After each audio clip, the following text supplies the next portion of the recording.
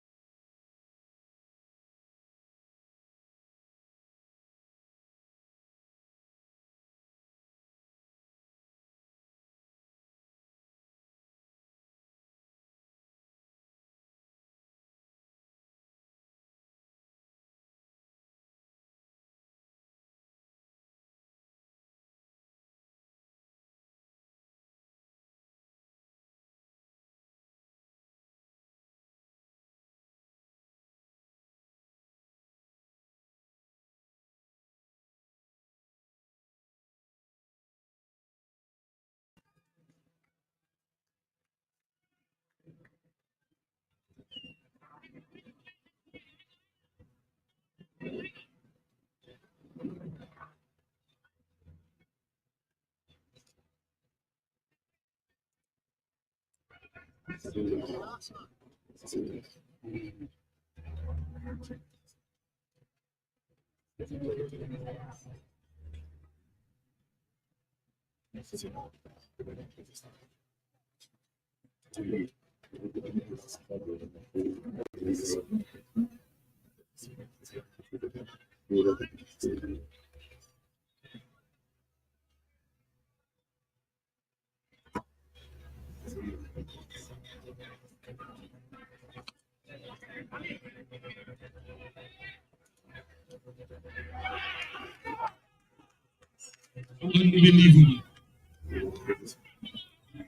It's unbelievable.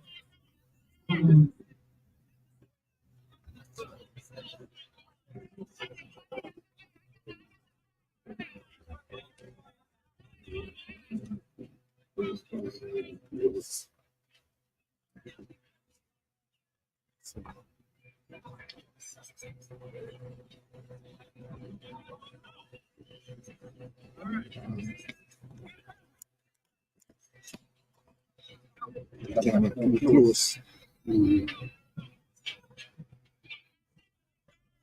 All right, so after the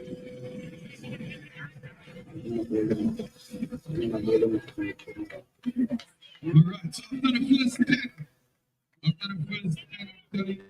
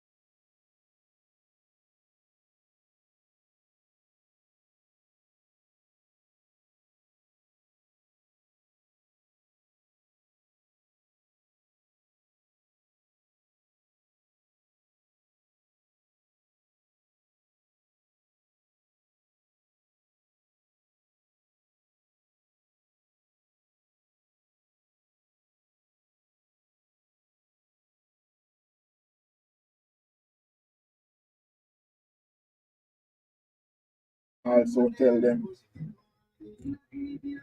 which one mic you want to. No, turn the mic on. I must say a pleasant good afternoon. Wherever you are in the world today, my friends, what a beautiful day. Yes, it may be a little warm for some, but at the same time, it's like it's always better being the getting some heat than getting the cold for me. And that's why I'm in South Florida. So wherever you are, hope you're having a good time. It's a beautiful day. We're here at the Miramar Regional Park. It's a South Florida Premier League T20 final, and it's Myrtle Grove and PCC Googlies who is at it at the moment. Myrtle Grove had won the toss and decided to take first strike there now, 56-3. It's 56-3. The batter at the moment, the batsman at the moment is Damian Rowe is on 19 from 13, and Dean Morgan is on 21 from 31. The batsman that's out is Nicholas Matu is out for 4. Omari Williams also out for four. And I must tell you about the for Omari Williams. He was out from a spectacular catch by Ricky Nayak. And we could only call that name for South Florida Ricky Nayak. He is an excellent fielder. So Omari was out for four. Dean Morgan is on 21 from 31. Tariq Hussein was bowled and caught by Ricky Nayak for five, and Damon Rowe is also not out on 19. The score is 56-3. They are taking a water break because it's 10 over. So we will be back for more cricket, live cricket in just a few minutes. Stay tuned while I go to some commercials. And as you can hear in the background, you got Trini Ross, who is doing the music. But I must take some time out and do some commercials.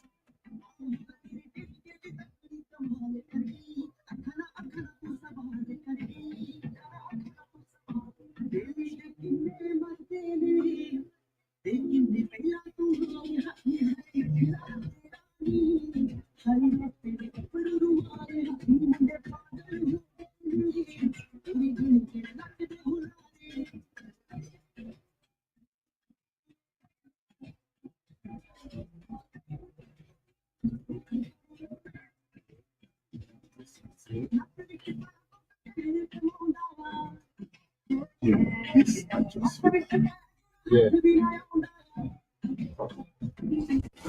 This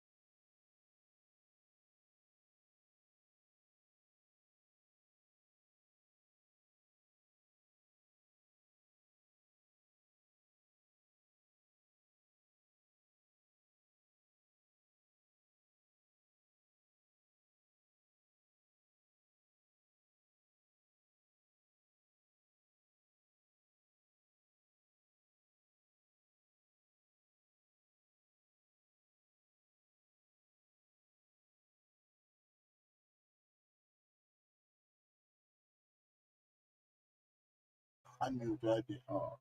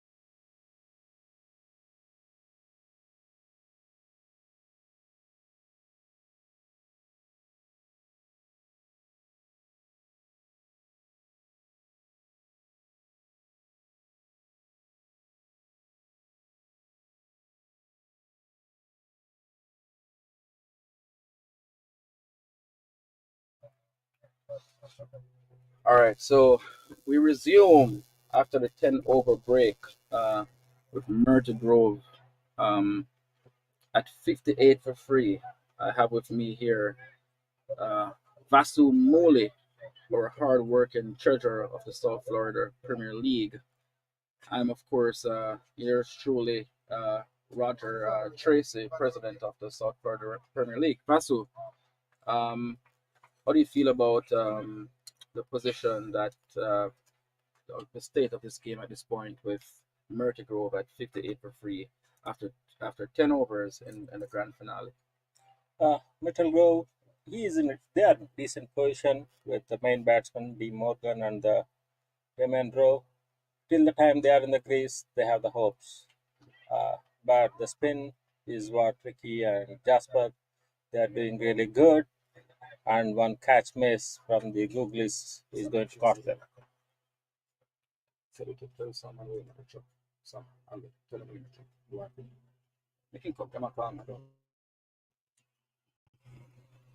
No, absolutely. It's obviously not a flying start, but it's a final. And we know these finals, we don't usually have high scoring affairs. So I think at 58 for free, Murder Grove may feel they have lost one wicket too many. but at the same time, I think they definitely have what it takes to potentially capitalize and get a competitive score. But a competitive score, what do you think that is on this wicket? So Miramar, fast pace, fast ground. It's going to be at least 140, 150 in the current condition. It's a competitive, but that they are on 40, 59 for 3 after 11 overs. And Mohib, Mohib Siddiq on the coming on the crease for the bowling. Let's see how it goes. The next few overs are crucial for Myrtle. Mhm. Yeah, One of the outstanding all-rounders in the South Florida Premier League, Mohib Sadiq, left arm orthodox spinner. He's been known to bowl very, very tight and accurate spells all season, especially to right-handers. Right-handers have had a very difficult time handling Mohib Siddiqui. Obviously, we saw the night cricket finals where left-hander Sean Finley took him to task. Um, I don't necessarily think Myrtle do they have any left-handers in their lineup to tackle? Maybe Lesman, which is yeah, further down the line. But let's see how Mohib goes here today. yeah. I agree with you. Mohib is the dangerous bowler, especially for the right-handers, and with the spin, slow bowling, and he'll post some fast balls in between, throw some fast balls. Yeah, Let's see how it goes. yeah, there is a space. Excellent, Yeah, excellently. And one thing he does, and obviously I've faced a lot of this bowler, in over the last couple of years. One thing Mohib does, he he gets one to rip. He gets one to really rip across the right hander at pace, which really, it sticks in your mind, right? So everyone knows that is a danger, even if he doesn't spin everything. yeah, true. Good piece of fielding by Bishop. It's almost a chance for the run out, but Demon Rowe made it to the crease.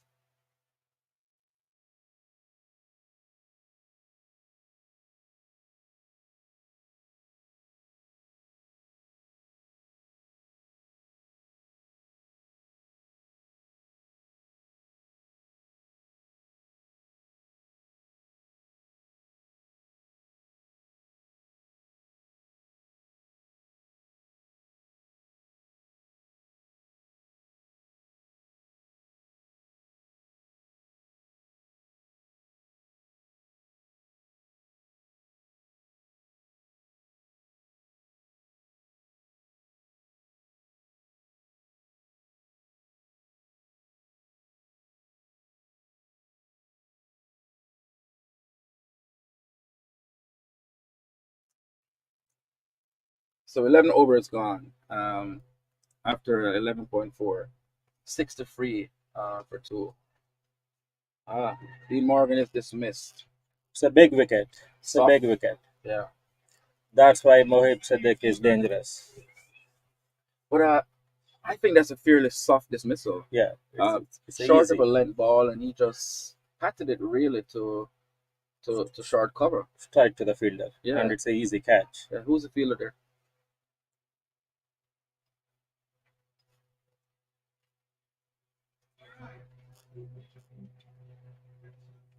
So Dean Morgan dismissed. Jasper is the fielder. Yeah, Dean Morgan dismissed for 24 of 38 balls, and I think that the new batsman approaching the crease, Alderman Lesman, who's been in good form recently, played an outstanding knock to pull Myrtle Grove over the line when they were struggling against a PBE, a rampaging PBE team in the quarterfinals. Fairly low scoring affair. Myrtle Grove chasing 130 runs were in dire straits before Lesman came in and scored 51, I believe, off 19 delivers. So he would feel as if he's in pretty good form, along with Damon Rowe, their leading run scorer for this tournament. So let's see, they're up against the crafty Ricky Nair, who who's a really intelligent bowler. He reads batsmen well and really knows sort of areas to bowl to each player. So let's see how this contest develops between Ricky Nair and the Myrtle Grove batsman. Yeah. Ooh, that's almost. The first ball he wants to go. No, he has to be careful when Ricky is bowling.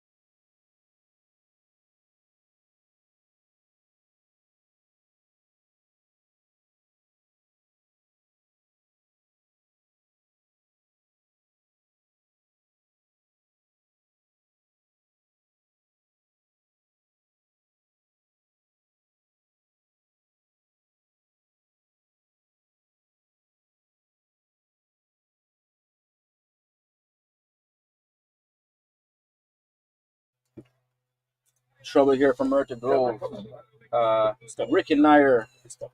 the off spinner, bowling to the left-handed Lesman, delivers short of a length outside the off stump, and Lesman plays sort of Yes, a yes. lazy looking back cut, back pitch. I'm not even sure what that is. It was sort of in between. There was no real conviction in that shot, and he edged that through to wicketkeeper Yeah. Arvind Reddy. Vasu, the position of this game has flipped on its head. Obviously, Myrtle Grove coming in from the break, 3 wickets down. Suddenly, the great Shane Warne, the late great Shane Warne, always said, whatever position you're in, add 2 wickets, and that will tell you how good a position you're in. Yeah, I agree. Now with 5 wickets lost, Myrtle Grove is in really big trouble. It's now they have Nicholas Thompson, Dan Thompson, and I'm saying mostly it's who is coming into the crease. Is it Nicholas Thompson? Oh,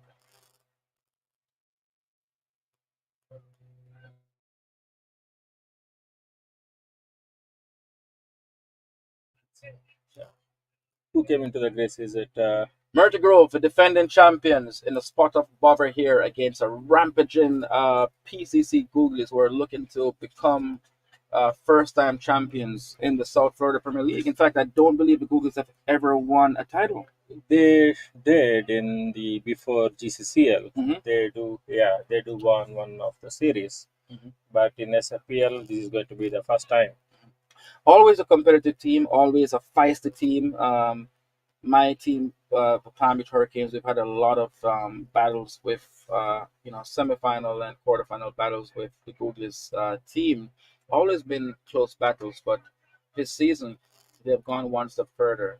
They have recruited two of the top players in our league, in Ricky Nair and Mohib Siddiqui, and I think that influence is there for everyone to see. Yeah, I agree that that's a big impact for the BCC losing Ricky and Mohit, and it's a good addition. Very, very good addition. That's where the difference between losing in the semi-finals and coming to the finals and making the difference with these two players. Yeah, and I've been mentioned BCC. Obviously, Ricky and Mohib, two of their top players that they've lost. They're now in sort of a rebuilding stage, and we've gotten used to seeing.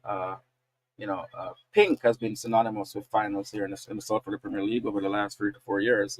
It's usually BCC or Palm Beach Hurricanes. There's always a pink, Pink, yes. always pink on the field. So we're missing the pink today. Yeah, the pink is gone now. It's with blue. So let's see how the red versus blue. But the blue is dominating today. I think if you talk to Patrick, owner of the Myrtle Grove team, is going to tell you that's maroon. Okay, I go with maroon, but still blue is dominating. Yeah. Absolutely. Definitely Googlies, team PCC Googlies on top here. I think they have played a consistent brand of cricket throughout this tournament, and they've really, they would argue that they have, potentially they have been the top team for this tournament, just by sheer weight of their performances and the dominance they've shown. I think they finished with the highest net run rate among all teams, and they have been unbeaten this tournament. Myrtle Grove has also been unbeaten this tournament, but they've definitely had a few close games. Yeah, both teams are unbeaten this season with the highest run rates throughout the season. They are on top of the table. But when it comes to the finals, these two top teams playing together, I'm hoping the finals has to be a little more excitement, more. The ball should be flying. It's T20. Yeah, Oh, one more! What a catch by Mohit Sadiq! that was an Wow! outstanding catch. Really smashed back at the bowler by that looks like Nicholas Thomas, otherwise known as Super Flex. And Mohib ball was hit firmly at his chest. He parried it once, twice, thrice, and finally grabbed it at the fourth attempt. And Myrtle Grove certainly, previously, Vasu, you described them as being in a spot of bother, but I think they're in shambles. Yeah, yeah, they are. They are now. They have to do something. Some magic has to happen to the Metal Grove to be in a position to fight. Yeah. What a catch! Yeah, brilliant catch there by Mohib. Again, we mentioned the impact of both Mohib and Ricky Nair to this Googlies team, and both gentlemen certainly are having their presence felt. And the new batsman coming to the crease there appears to be Dwayne Thompson. Dwayne Thompson joins Damian Rowe, who's there, fighting for his team. So let's see if Myrtle Grove can put up a competitive total to at least make this an exciting game. Yeah, let's see how much. I hope they will get at least 100. If they continue like this, they can't even reach 100.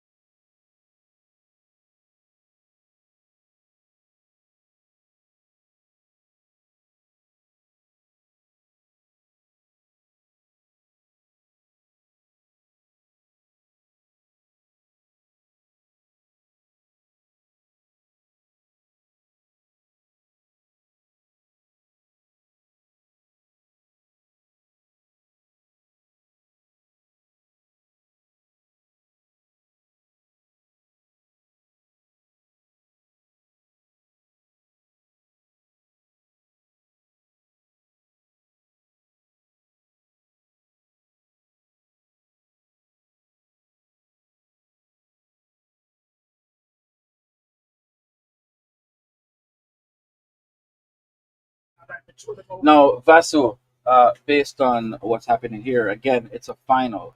So, in these finals, again, a lot of times these, can be low scoring thrillers. Based on what's happening in the position Team Myrtle finds themselves in, I think they're going to have to make some adjustments as far as the total that you're looking to achieve here. What do you reckon could be a potential good total here, and what sort of approach do you think Damian Rowe and Dwayne Thompson, what sort of approach do you think they should take to really try to get their team to a decent total? They, right now, the Damian Rowe has to have patience and play full 20 overs Mm-hmm. and get at least 120, 130, which I see uh, he needs support and he is already frustrated in the crease. If you see, he missed one single and he is frustrated with the other batsman. He should be patient, get at least 120, 130, and attack Googlies. Mhm. Attack Googlies the same way how Myrtle lost wickets. They have to get more wickets with the Googly. It's not like they can defend 20 overs. They have to make all out. If they play 20 overs, Googlies won. And with the right now, if you see the lineup of batsmen for Googlies, they can play till all 11 can play. All 11 can hit. They need at least 150. So what you got to touch that side of go out. I do. So we also have with us here Mr. Tucker. Mr. Tucker, what are your thoughts on the state of the game as far as where Myrtle Grove finds himself, and how do you assess the performance of the Googlies so far, who I believe they have been outstanding in the field, outstanding with their plans out there in the field, and you could tell they seem to be a well-oiled unit. I'm seeing here, obviously, Vasu just mentioned that Damon Rowe and the Myrtle Grove team appears to be showing some signs of frustration, but it's very important that Damian shows leadership. But how would you assess the performance of both teams?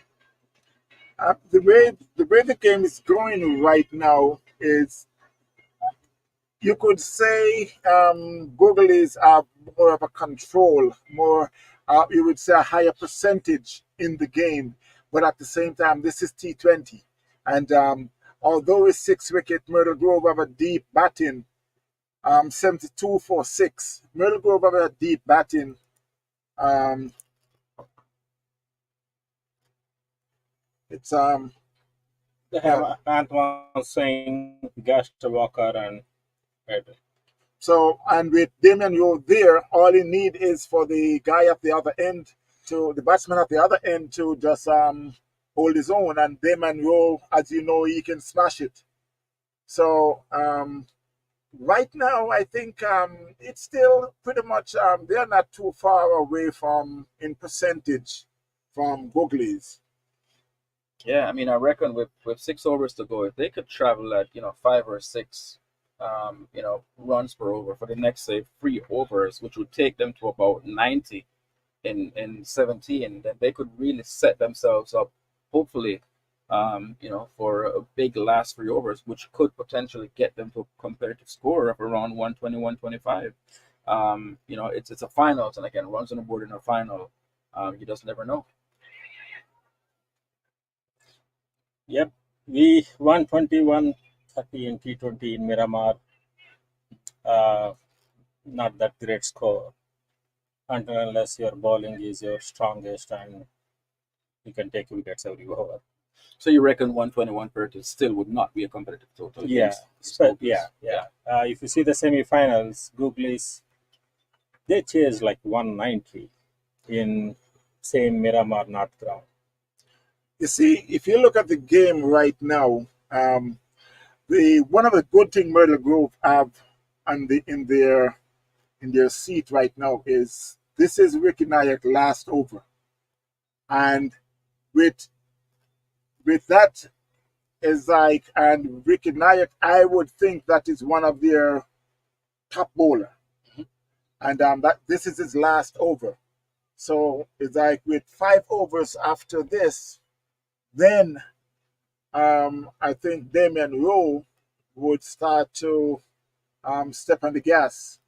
But at the same time, you never know. Just one wicket, you see what's happening right there. This Um, is an outstanding over from Ricky Nair. Just one run from the 15th over, and this is certainly going to plan for the Googlies, and but not certainly not for Team Myrtle Grove. and and I must say, it's like I was talking about Ricky Nayak over his finish. Sadiq still got one, who is a top class bowler, and there's other guys. So at the moment, Googlies looks good. Myrtle Grove just have to be calm when they get to 17 over. Then they step on the gas and see how much they could generate from there. Yeah, and one thing I think I can see that we're doing well here. The last over, they kept the extra man in the circle, which is really allowing them also to squeeze as far as rotation of strike. Yeah, I agree. Ricky finishing his 4 overs, 14 runs with 2 wickets. What a spell. And if you see the bowling lineup, Sriram, 3 overs done with 18 runs, 2 wickets. Amit Khatri, wow, 3 overs, 8 runs. He has one more over to go. And Mohib, 3 overs, 13 for 2. Jasper, he is a surprise bowler. 2 overs, 19 runs, no wickets. Now on the bowling side from the Mohib, oh, there is a chance for the catch. Oh no, oh Oh, no. a poor attempt at a catch there. That ball hung in the air, was really tossed up by Mohib Siddiqui, bowling in his cap, turned backwards, is sort of your signature look. There was Thompson on his knees, playing a version of the slog sweep, but not really getting a hold of it. The ball made some amount of height, but the fielder really failed to sort of do the early groundwork and allowed the ball to fall in front of him. Will they regret these sort of mishaps? Yeah, Thompson has to use this chance and get more hittings coming.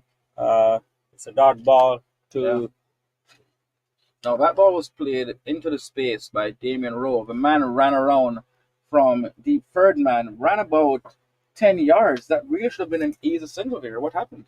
no, the Devin Thompson is not that quick, and that's what Damian Rowe was frustrated when he was attempted for the quick single last over. Hmm. This might, hurt Team Murder because at this, they're not getting the boundaries. The team is struggling. I think with someone like Damon Rowe in, perhaps someone who is able to really sort of maneuver and really get to the other end should have been sent in. Yeah, Damon Rowe has to play carefully this over on the 3 balls. Mohib is bowling really good. They're not even getting a single. He has to play. Don't go with aggressive, just shots. Just play with mind. Get some singles and finish this over. Yeah, but I think one of the difficulties with what's happening right now, Vasu, is Damian Rowe is being forced to play the big shot, and at this point, having lost so many wickets, he really has to try to take it deep. And here is Thompson with an outstanding hit. Short. Thompson went on the back foot. Rarely you see a long hop from Mohib Siddiqui. Yeah, it's a But bad. that was in the middle of the pitch, and he went Yeah, back and he smashed it over the boundary for 6. yeah, it's a bad ball from Mohib, finishing his 4th over for 21 for 2. Except last ball, he really bowled very good and really super catch. So the score at the end of 16. 81 for 6 for 16 overs. The last 4 overs, they have to buckle up now, get at least 50 runs.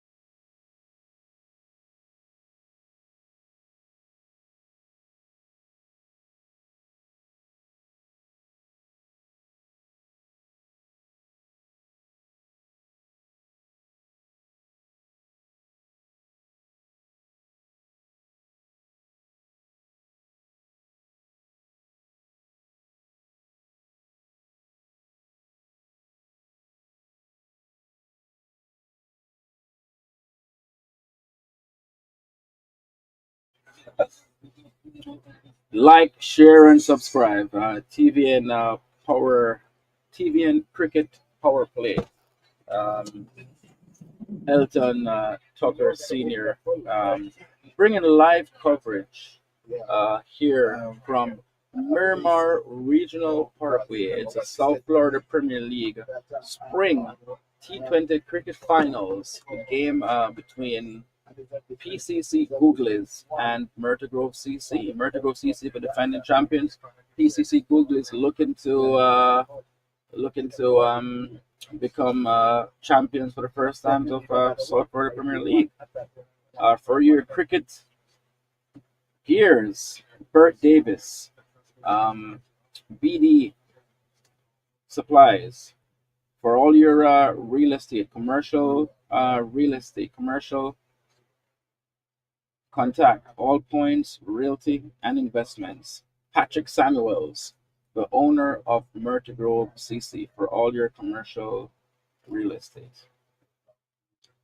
Amit Khatri coming to the attack for the 17th over and his last over in the innings. Amit Khatri earlier had an outstanding spell of 3 overs for 8 runs. Let's see if Amit Khatri can finish well, but he's had a good day so far. Yeah. The first ball is a good ball, good length bouncy ball. Monroe tried to attack but no contact.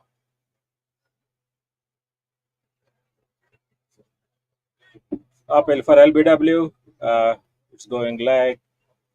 Umpire said no. Bit of an optimistic appeal there, Vasu. Ball on a length, bouncing, clearly high and clearly heading down leg, but that was very optimistic. That's why no one appealed except the bowler. Bowler always think it's straight to the wicket. Yes, and umpire, the experienced Delroy Lynn, commonly called Festus, calmly negated the appeal with his not out call. But you know, umpire Lynn has been around for a very long time and is one of the outstanding custodians of the game here in South Florida. Yeah, Lynn is very respected across the teams.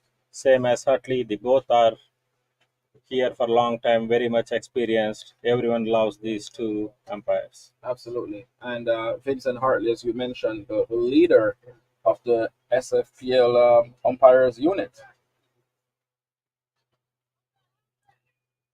So far, good over, 4 balls, 2 runs. Mitchell Grove is struggling. A good start to his 17th over here by Amit Khatri. Really looking to keep things tight. And let's see, but at this point, Myrtle Grove really going nowhere as far as putting together a competitive total is concerned. It's 86 for free in the 17th over. Let's see what sort of finish Myrtle Grove can put together, or and let's see if Amit Khatri can keep it tight. But that's 4 runs there by Damien Rowe. How would you describe that shot? Monroe is an experienced player. It's a good shot. He has to get it more frequently now. Even every ball, they need that last 3 overs if he can.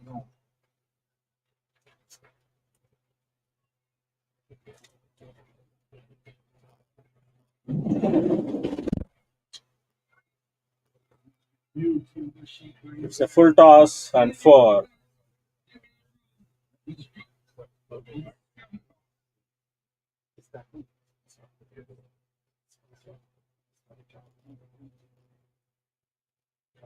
Second boundary of the over by Damien Rowe. A low full toss, which he absolutely smashed wide off the fielder on the long on boundary between long on and corner, and that really skims across the surface and goes to 4. And Damon Rowe has moved on to 35, 35 of 34 deliveries. And the Myrtle Grove team score is now 91 for 6 in 17 overs.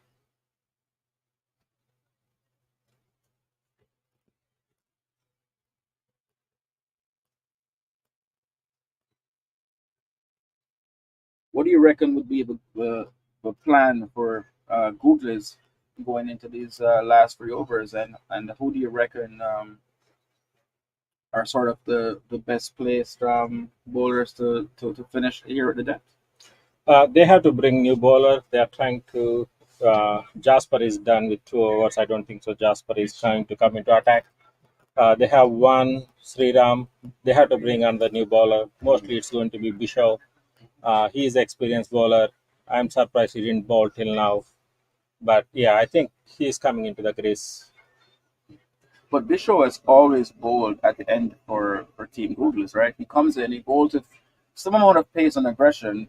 He's not your typical depth bowler who tries to hit a Yorker. He usually tries to bowl a hard length, that's sort of what's worked for Bishop over the years. Yeah, mostly he comes at the death overs. He used to open before, but I think it depends on the situation how the Googlies team uses Bishop. But today he is there for last. Oh, what a 6 by Thompson! What a 6! What's interesting about that shot? As I mentioned before, Bishop bowled this ball. He usually comes in and he bowls a hard length, and you could tell Thompson had set himself for exactly that sort of length. Yeah, I think I Thompson agree. I think Bishop was a bit predictable there. Let's see if he still opts to bowl that length or if he makes the adjustment. He has to make adjustment. If the same ball, Thompson can hit another 5 6s easily. That went a long way. Yeah, it went long way, and Thompson is a big boy. It's a full toss, little slow delivery, single, easy single. Immediately an adjustment by Bishop. Smart bowling. Yeah, he has to. He has to change the bowling. Now he's bowling to the set batsman, the established batsman in Damien Rowe. Where do you reckon he should go here? He should do the land ball and or the error in the offside. All right, let's see what Bishop and anything in the leg, Damon can easily take it to the boundary. See, that's a smart bowling, and he did wide offside, and it's a single. Yes, we know there's not going to be 2 runs with Thompson there at the crease. So a single out wide of deep point. Damon Rowe cuts it, and Thompson strolls through in this usual leisurely fashion for a single.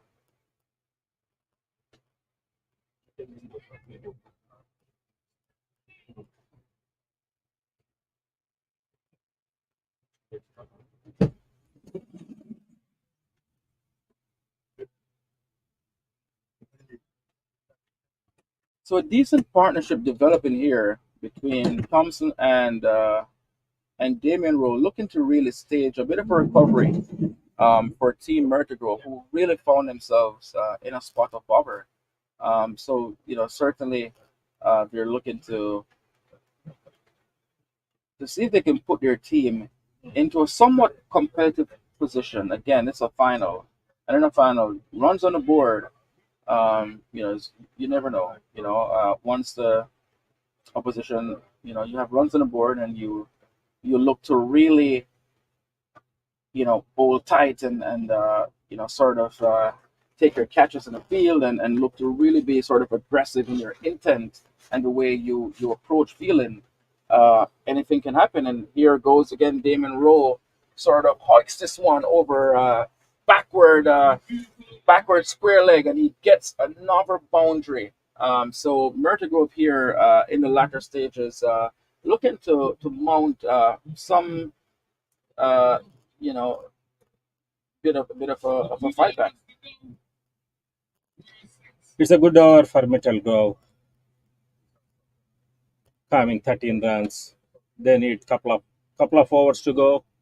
They should at least get 30 runs to be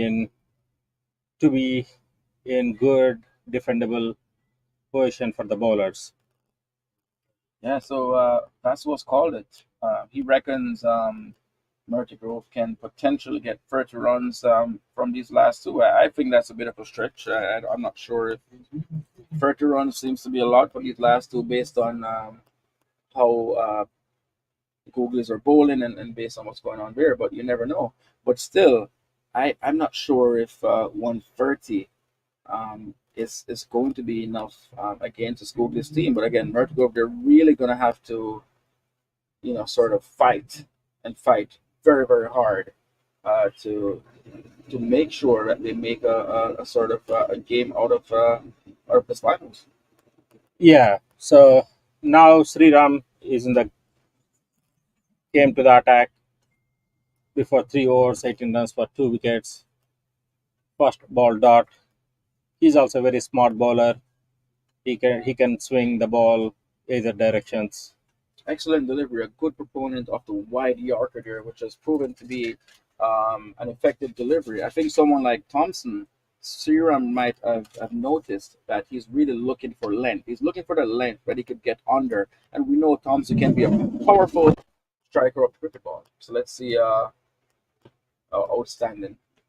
It's a Yorker ball from Sriram, very smart move, and it's 1 run. And Damon Rowe in the crease. They have to get couple of boundaries this over as well.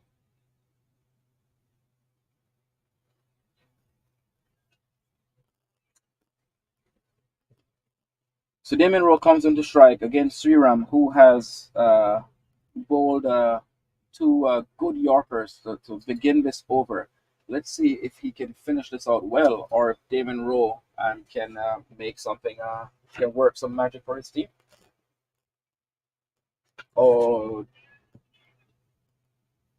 It's a 6. It's a 6 from Damon Rowe. and as soon as Sriram moves away from the Yorker length, he may have been aiming for the Yorker, but missed his length. And you miss your length to a batsman that's been there for the better part of 12 overs, you're going to pay. And Damon Rowe smashed this over the tall figure here on the long on boundary, Amit Catcher, and this goes to 6. Damon Rowe in 46 in 38 balls. Another Yorker ball, good stop by Sriram. It's a dot ball. More comfortable. Yep, definitely. I pay your beard. No, that drink I know you, but your money for your beers. Oh, yeah. I know liquor. Yeah, that's all right. We'll wait till the beer. That's how I did it look fun. And if I see what you drink something, I'm not sure what you Oh, full toss, wide, high, full toss, and Damon Rowe smashed this over deep extra cover, and the fielder on the boundary made a diving attempt to take a catch. The ball hit his palm and was parried over the boundary for 6. Outstanding shot there from Damon Rowe. And he is 50. That's 50. 50 Yeah. Damon Rowe. Good knock under these circumstances. Really, really looking to put in a fighting performance here for his team. And good support by Don Thompson. Wow, what a shot under 6 from Damon Rowe. It's Damon Rowe a over pitch ball under the bat for Damon Rowe. It's an easy shot for Damon Rowe. playing a finals innings here, coming coming good when it counts. The hallmark of a good player is really coming good when it counts.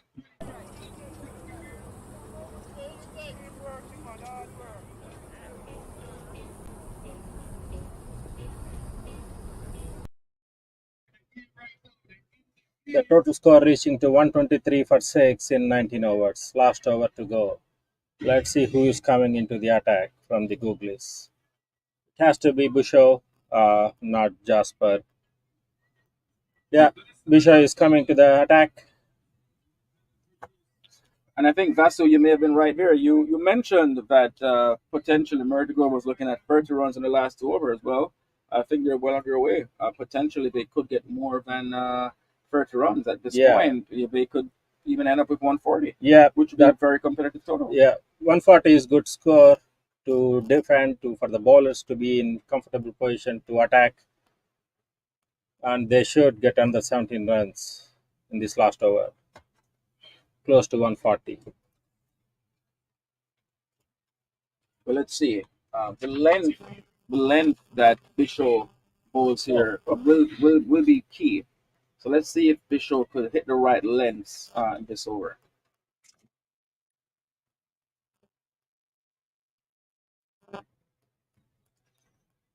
We've clearly seen that the full length has been difficult to get away. We've also seen where a short delivers and short of a length delivers have been dispatched.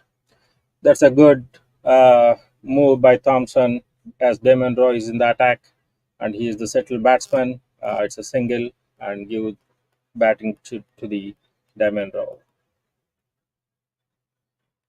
5 balls to go.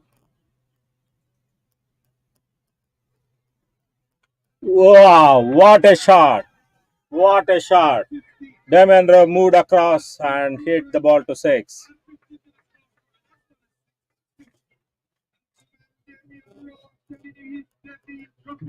Powerful strike there by Damon Rowe. Stepping across the stump, picking up again a length delivery. We spoke about the importance of the length deliveries of bowling, in this final stages, and the importance of the bowler really trying to hit that full length. Again, Bishop has bowled a length delivery, and Damon Rowe walked across his thumbs and whacked this over deep square leg for a mighty 6. Demendra tried something, tried to play a sweep shot. It took edge and to the 4 behind the wickets. Damon Rowe moves to 68. This is an outstanding knock here in the finals of the South Florida Premier League. Really looking to steer his team to a competitive total. Don't underestimate the value of the support that Thompson has provided from the next end. He's 21 of 16 deliveries and has really sort of provided some support here to Damon Rowe. This is what we are talking about. Damon Rowe staying for the playing last 20 overs, last 5 overs. This is what made the difference. Oh, that was not smart cricket there. Damien Rowe played this ball down to long on. And again, you're in the final over with 3 balls to go. Certainly they should have attempted the second run there, because even if Thompson had gotten run out heading back, the important thing was to get Damien Rowe back on the strike. I don't believe that was well thought out. Yeah, I agree. Damon Rowe has to be on the facing, as these are the last 3 balls. Get as many runs as possible. Oh, Having said that, Thompson smashes this one for 6, making us look like idiots here in the commentary box, Mr. Mooley. yeah, I agree. Whatever the decision it was before the single, which is good, he got it covered. Absolutely. Why run a single when you can hit it like that? Yeah, he walked a couple of steps down and then smashed to straight to the 6. 2 balls to go. Myrtle already in 141 for 6. Wow, they can make it to 150. Last ball. Last ball, it's a 4. No, the fielder is there and it's 2 runs. Comfortable 2 runs. And Dave Thompson on the green. Oh, it's done. Sorry, my bad. Myrtle Grove finishes with 143 for 43. 6 with Thompson not out on 29. And Damon Rowe not out on his favorite number, 69. 69 to Damon Rowe. And this represents what appears to be a competitive total. It's a finals. It's a finals. I do believe that Googlies will still have the slight edge here. But with 143 runs on the board, Myrtle Grove will also fancy their chances. Yeah, this is a defendable score for the bowlers from Mitchell Grove. It's a good score, and but still, Googlis has the little edge on 141 with the batting lineup they have. But yes, it's T20. Anything can possible. Absolutely. All right, so we'll break for 10 to 15 minutes, and we will return at the start of the chase with PCC Googlies looking for 144 runs to win, and Myrtle Grove looking to defend 143. So let's see how the day will turn out, and what are your thoughts, Mr. Moley? For let's take a before going on a break. Please share and subscribe TV and channel for all the cricket live in South Florida.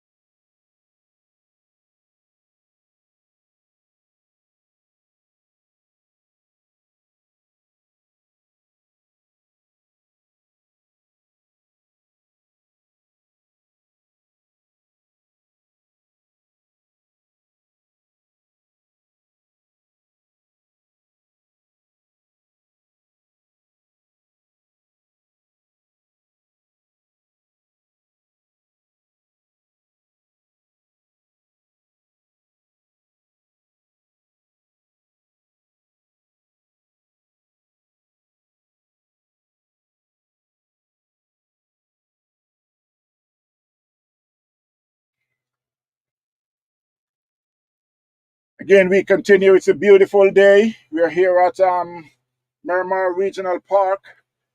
The continuation of the second inning, Myrtle Grove up against Palm Beach Googlies.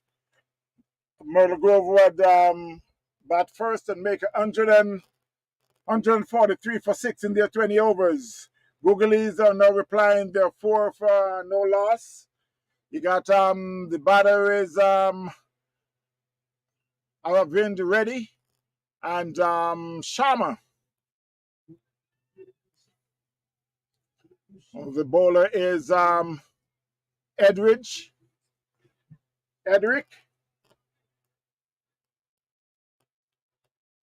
He's operating from the southern end.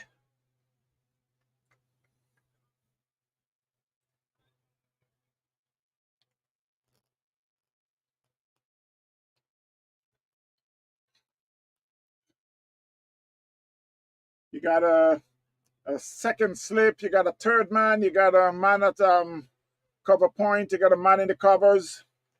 You got a short. A man just short of the. We're just making some movements now. The man in the covers is moving to.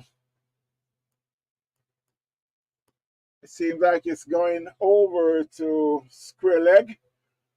And you also got a deep square leg, deep backward square leg. Got a short mid wicket and a man just on the 30 yards.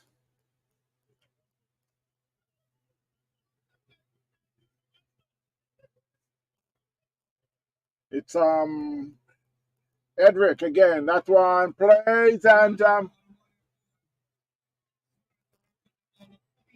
I'm trying to see. Yes, he bowled him. So that's a good comeback there by Edric. So Googlies had lost their first wicket. They are now 8 for 1 in the first over. They're chasing 143 for 6 made by Myrtle Grove.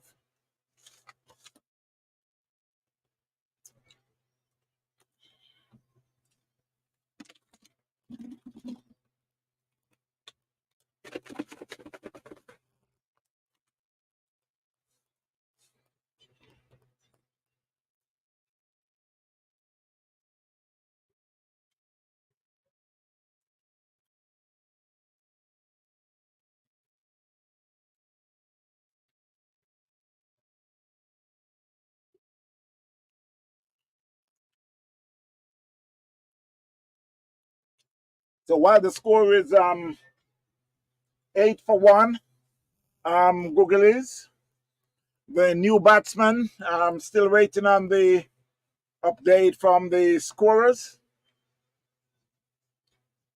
Myrtle Grove made 143 for 6 in their 20 overs.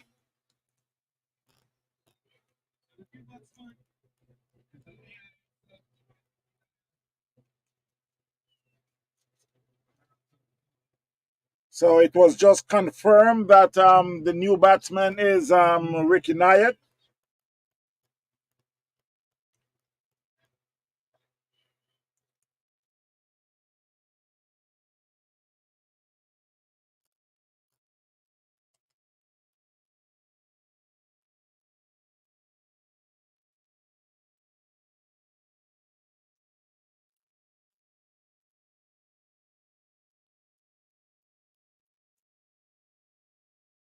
So he will be facing the fourth ball of the first over. Googlies. Sharma hasn't faced the ball as yet, but the umpire signals dead ball. Again, the score is 8 for 1. Googlies chasing 143 for 6 made by Myrtle Grove. Behind the stumps, you got Lesman.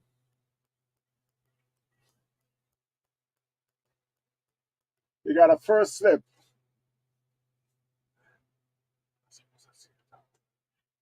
That one was played in the covers. It beats the fielder. They get one. They should be coming back for the second. It was chased by Omari, who sent back a throw in, and they were able to take a comfortable two.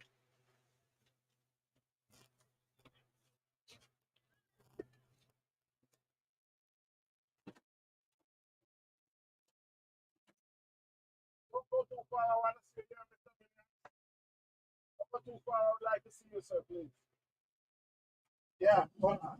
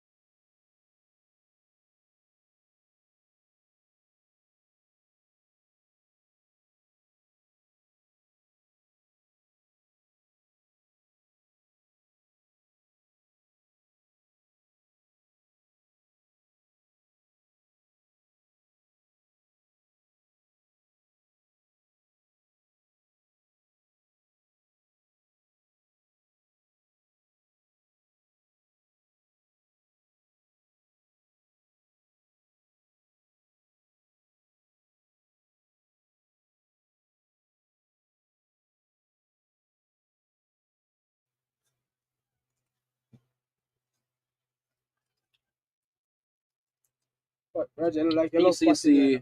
BCC Googlies replying to Myrtle Grove's 143 uh, or 17 for 1 in 2 overs.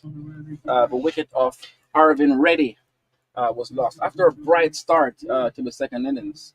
143 represents what I would describe as a fairly competitive total, especially in a final. Runs on the board. I have Hensworth Wallace here with me, who will take us through the next stint. Hensworth, what are your thoughts on the state of the game at this point? So far, so good. Should be a pretty interesting final if it comes down to, let's say, the final over or the final 2 overs of the game. Pretty interesting, low scoring final. A bunch of the games this season has been pretty low scoring. But we have two good teams here representing Googlies, the one Ricky Nair over the years. He's always managed to pull a good group of cricketers together. Myrtle Grove over the years always have a solid team as well. And one thing we always admire about Myrtle Grove is they have some resilience. They always seem to find um, a way out. You know, watching the game this morning before I came here to the park, you would be wondering if they're going to be skittled out for like 80 something runs. But Damian Rowe stood up, and that's what you need in cricket. You need a couple guys in your team that can, when the big hitters up front are out, you have some guys who can dig in and get a competitive score on the board. That's what we need in cricket, and it's a good look so far. Um, Definitely see we just lost another wicket, so Berkeley Grove is fighting back, and a couple more wickets, and it should be interesting. Short of a length delivery there from Edric Sirix and Manav Sharma. Not sure if that was the right delivery to play to that sort of length on the stumps, on the off stump. And Manav went back and really looked in no man's land. Another early wicket here for the Myrtle Grove team. And this here looks like it will be quite a fight, Hensworth. I believe, obviously, the two sort of best players in the team coming together here. And Googlies, they're going to need a big knock from one of these guys, Mohib or Ricky, to see them through. Yeah, definitely Ricky or Mohim have to. Over the years, Ricky is always the type of player who is going to dig in and fight it to the end. If they should happen to get him or Mohib at the moment, it should be a pretty interesting for the rest of the game. So may the best team win. I mean, they're both good teams, and I think they played well over the course of the season to end up in the finals. So may the best team win. As spectators, we would like to see it come down to the last over, the last ball. Stuff like that excites us as cricketers as well to see how teams manage that type of pressure. So it's going to be very interesting. I know Googlies have a far, or their batting stretches all the way to about number 9. We watched them in the night cricket that was conceded in March, where they almost chased down 200 and something runs against, what team was that against again? I think Combined Islands. Yeah. So they are known to go all the way in the depth. So that's pretty good. Should be interesting. As Hensworth mentioned, a solid all-round team. A team that is really sort of full of guys that can really handle themselves with the bat. But here they have their sort of two talisman, the two main players, Rick and Aaron Mohib, and they're going to need a big knock from one of these guys. We saw earlier Damian Rowe really stood up with an outstanding 6 to 9 to get his team to a competitive total. So, what will we get here from Ricky Nair and or Mohib Siddiqui?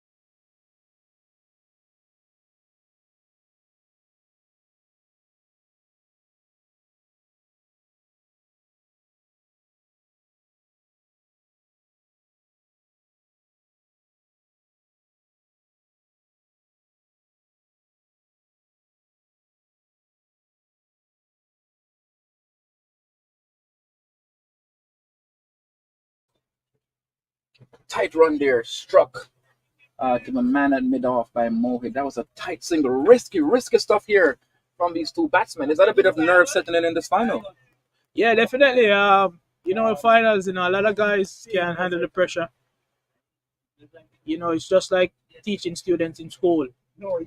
Back in Jamaica, they used to tell the students that can't handle pressure that instead of giving them an exam, they just tell them it's just practice.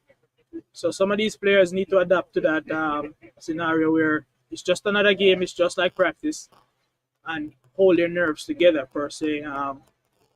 But let's hope it comes down to the last over. Should be pretty interesting.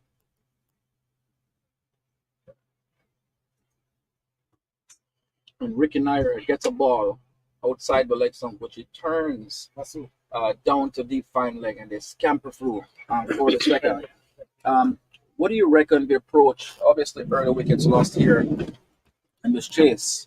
But what do you reckon should be the approach of these two players as far as building a partnership to look to achieve this total of 143?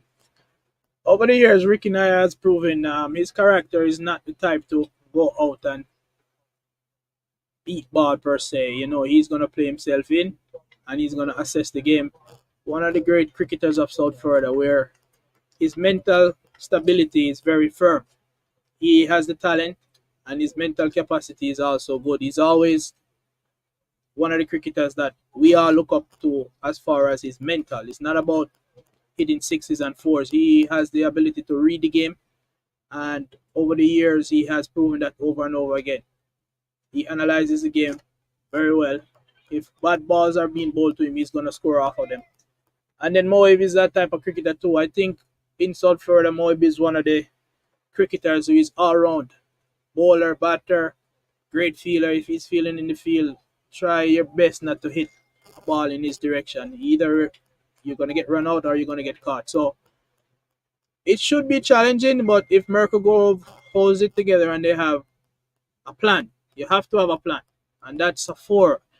See, as I was telling you, Ricky's not the type of person to bully the cricket per se. He's going to play each ball on the merit, and that was a fine shot to backward point there. Pretty short bowling with 146 runs defending. You got to work towards a plan, and hopefully Myrtle Grove has a solid plan. Outstanding shot there behind square. There it was from Edric Sirix. Short of a length, not sort of what you'd call a typical sort of long hop, slightly short of a length. Ricky Nair rocks back and just sort of eases this behind square. Two very different players, Hensworth. Obviously, the two main players in this team, but Ricky sort of strikes you as sort of a more orthodox batsman. I believe Ricky's most vulnerable at the start of his innings. You need to get this batsman within his first 10 balls. Once he gets settled, he's a very consistent performer. On the other hand, Mohib, very different player, hits the ball to strange areas of the field, plays mostly square of the wicket. So he's difficult to bowl to, Mohib Siddiqui. Yeah, Mohib Siddiqui is a very unique player. Watching him over the years as a left-hander myself, he hits the balls to some strange places, as you said. And it's very hard to bowl to him, and it's very hard to set a field to him. He can manipulate the field, whatever field you set. That's well known of Mohib. And Ricky, he's a well-rounded batter as well. He's very well-rounded. I seem to be looking at the field that they set for Ricky Nair previously when he was on strike just now in that over. They had backward point, they had a third man, they had the mid-on in and the mid-off in as well. And I think with defending 146 runs, most likely you would want the mid-off or mid-on back. I understand it's a power play still, but this field placing is basically set to be bowling outside off stump short and wide. And I don't think Ed had that type of pace where he would trouble a Ricky Nair. So again, I don't know if Myrtle Grove is working off of a plan or they just going through the motion and sticking to. But when you're in a finals, defending 146 runs, you kind of have to have a plan and try to. Hopefully your bowlers work towards it. That's a wide ball down the leg side as well. So bowling that length and you don't have a deep mid wicket, you don't have a deep square leg. I don't know what the plan they have. Well, we have to just wait and see. A decent start here from the Googlies team. Obviously, it's not ideal to lose 2 wickets in your first 3 overs, but 24 runs on the board, going at a healthy run rate of 8. Shailesh Sharma stepped into the commentary booth here. Shailesh, what are your thoughts on the state of the game right now with Googlies chasing what we would describe here as a slightly under par, but a fighting total of 143, looking to defend their title as T20 champions last year, and obviously with PCC Googlies looking to win this tournament for the first time. Uh, Finals is always tricky. So, having said that, you have the two best guys in the Googlies, the two best batsmen that can anchor this, and then you have the firepower of Amit that can come and destroy a few balls.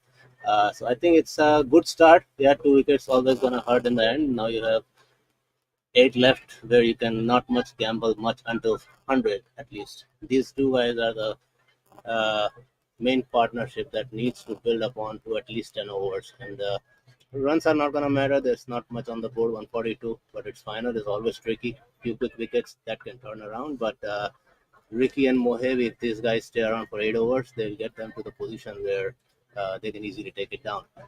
Not to mention, Googlies is one of the oldest team who have not won a competition, not a final yet. They have been in chase. They have been going around semi-finals, quarter-finals, and some finals consistently. The difference here is Ricky and Mohib in this team this year.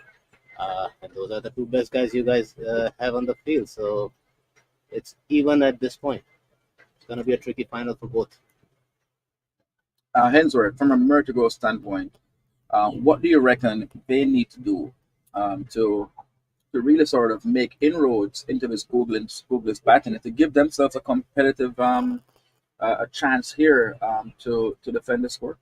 From a Merkel Grove standpoint, I think so far so good. They got 2 wickets, but they have to definitely get one of these batters or two of them out for them to really have a chance. And they got to get them out early enough and not have them settle. I think I'm worried or not worried, I'm a bit concerned about the field placement. It As a batter, looking at the field placement, you have third man, you have the mid on in, mid on up. I understand it's the power play, but at the same time, are your bowlers working towards that plan? So as if you're gonna have a third man, you have to use the third man. So that means the bowler would definitely have to be bowling something that requires the use of the third man fielder. And so that's the only concern I have at the moment with the field placement. But definitely they need to also consider attacking these batters, see if they can get them to drive down the ground, maybe produce an edge or something of the sort.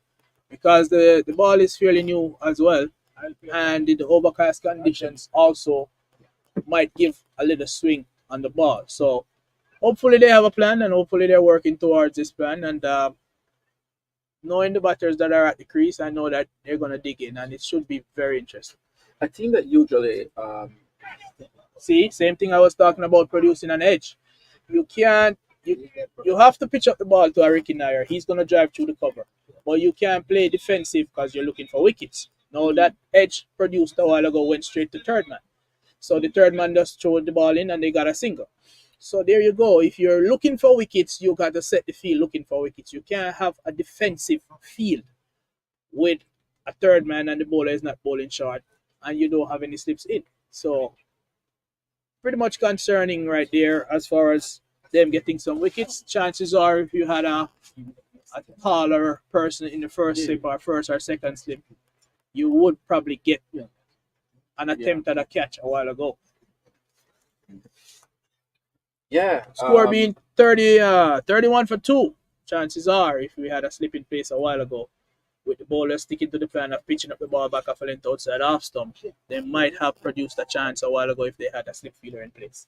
Yeah, you certainly won't restrict a team like PCC Googlies in 20 overs. You certainly need to get wickets, and getting wickets obviously will stem the run flow. Shailesh, do you reckon Myrtle missed a trick there by not having a more sort of attacking field set there? And as Hensworth mentioned, having someone there in the slip pardon that would have potentially taken that chance that was just presented of Gaston Walker, who ironically has been bowling very well for this Myrtle Grove team over the last 2 to 3 games. A team that is typically spin heavy. But Gaston has been doing a good job. What do you reckon as far as Myrtle Grove and how near field setting and it's not sort of setting attacking fields? Uh, it was a good observation, Hansford. I guess everyone knows how Ricky plays in the first 6 overs and how he changes his game after 6. Uh, he is going to drive you. He loves that offside range, offside 45 degrees from the wickets, and that's where he drives. You need a catcher there, and you need a slip or something, flyer slip early, because you pitch him full and he's gonna go for it. He cannot hold that shot. Uh, so that was a great observation. But again, you have Mohib. His game is on the mid wicket. If you bowl him on anything on the body, he's gonna go for you over the mid wicket. Pretty much everybody knows the story, but that's the trick. Ricky is very, very unpredictable in the finals. He plays the finals and semi-finals in a totally completely different way. You have to have him out, get him out before 8 overs or 7 overs. Otherwise, he's gonna stick around and everybody else around him will destroy him. This competition, this final is going towards the direction how Googlies play the spinners of Myrtle, and that's going to be the turning point for the next 10 overs. Do you also reckon spin will be key here? Yeah, definitely. When you're trying to build pressure, Myrtle Grove have some top spinners.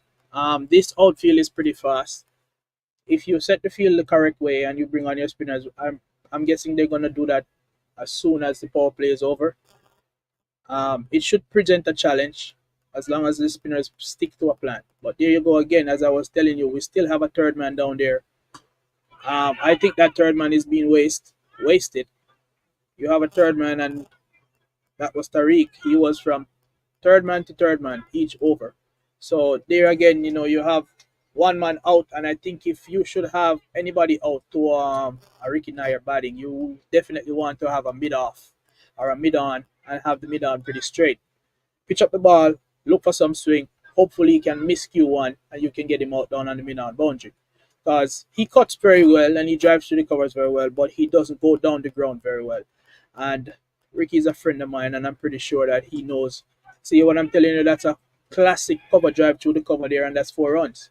Now you have the third man that you have down there is wasting. You probably would bring that third man for a sweeper position. I'm just looking at it from a batter's perspective, and that's gonna be milk and gravy for Ricky Nair if you pitch up to him and he's gonna go through the covers. And if you don't have a sweeper, once he beats that fielder with his fast outfield down here in Miramar, you're always gonna get value for your shot. So that's another 4.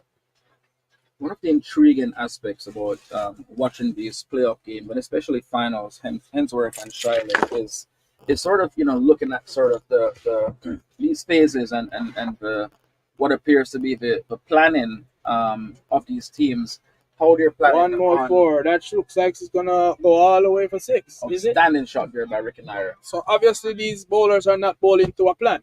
They're just bowling, going through the motion, pitching up the ball in the wrong areas, and the field is not set for that. You know what I mean? So they need to get it back together, and hopefully we can have an exciting final here. It almost appears as if not much homework was done. A player, Ricky Nair's caliber and style, the way he plays, and for your mid off to be in the circle, obviously that's quite an issue there. That's sort of his heavy run scoring area. Yeah, that's his heavy run scoring. Anything offside, heavy run scoring area for Ricky Nair. He's always gonna score offside through the covers, and he'll cut you all day and he'll punch you through the covers. And if you bowl on his pads and you don't have a deep mid wicket, he's gonna go with it. So that shot he just played for 6 runs. There's no fielder there, and the bowler straight down the leg side, and it was pretty much a half volley.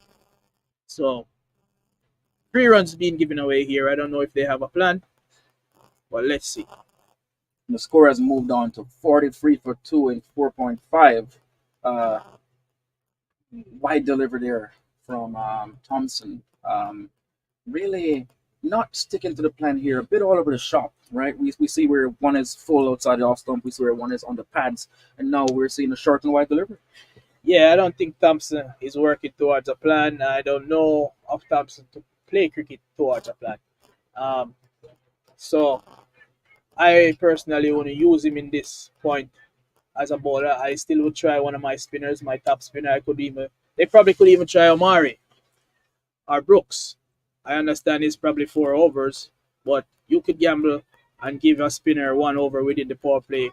Once he works towards a plan and you set the field properly to the plan that the spinner is bowling, that might slow down. Because you see, with these type of wickets here, especially in the Miramar, the 2 wickets we have here, pace bowling is gonna go to the boundary real quick.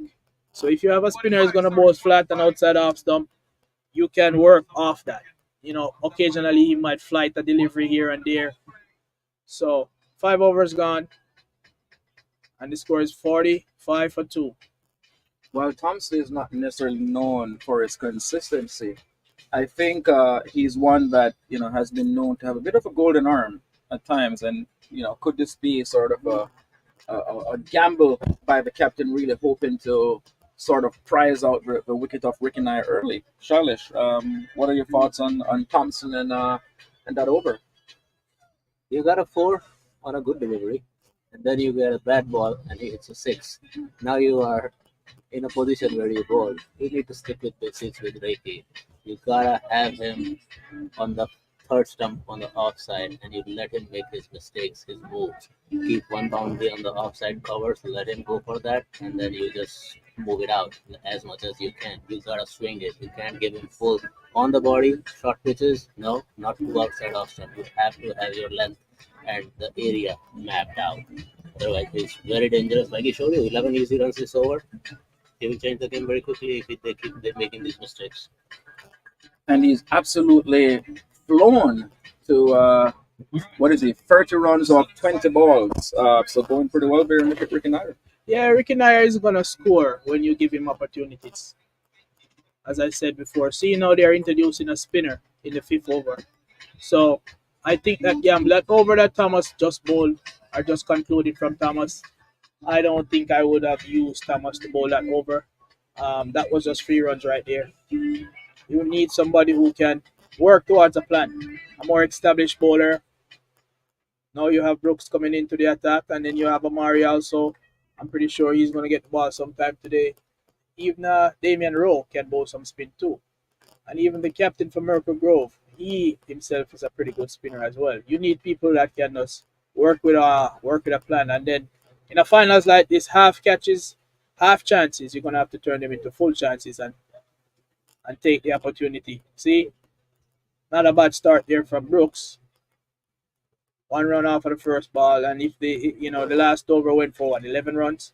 So even if he gets 1 run per ball, 6 runs out of the over, that's not a bad deal right there for his first over as a spinner. Let's take a look at the field placement as well. Mohib, he has a deep mid wicket down there. Mid-2. Let's see if Mid-2 can hold on to something. They're taking these singles pretty easily, guys. Straight to the fielder, and they're still getting a run, turning over the strike. That's pretty good cricket from the batters. Good rotation of strike here. Just turning this one behind square. And obviously knowing that the fielder is Thompson there, who's not the quickest of movers in the field. So good work here by these two. And one thing for sure, these two are going to keep the opposing team under pressure by running hard between the wickets. Yes, and you have a left and right combination. See, there's a half chance right there.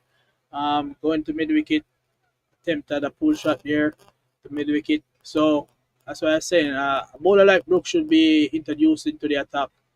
A lot of times, if you notice over the past concluded season, where teams are in positions like this and they wait too long, they're not proactive, and they don't go out there with a plan.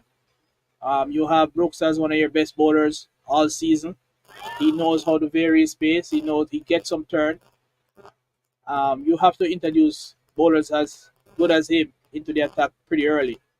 Power play or not, and I see Amari down there spinning his hands around. It seems like he's getting warmed up.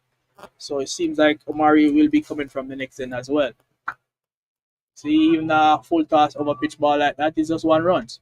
So if they get 5 or 6 or even 7 off the over, that's not a bad over, given that the previous over was 11 runs. Yeah, the late great Shane Warren referred to that sort of delivery as a big fat Dorothy. No way you could drop that one, right? Good going so far from the teams.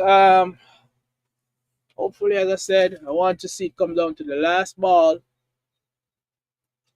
Let's say 1 ball, 4 runs.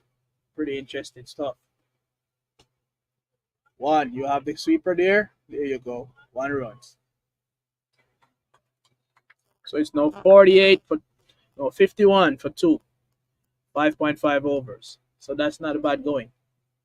If he can bowl a dot ball right now, or he could get even a single off his last ball, that would be great. There you go. Just as I said it, you have to introduce your best spinner into the attack. Easy as that. Slow ball outside the off stump, a bit short, but if that ball had some more pace on it, it probably would have beat the fielder, or Mohi would have played that ball a little bit later. But because the ball is slow, he hits it straight to the backward point fielder. So now we see some competition going on right now. It seems like Myrtle Grove has redeemed themselves and somewhat recovered from Thomas's bad over, where he bowled an over with 3 runs included. Now the batter that's coming to the crease, if I can see well, this guy doesn't really play around, so it should be exciting stuff. So that last over went for what? 5 runs or 6 runs? 6 runs with a wicket involved. So that's pretty good stuff.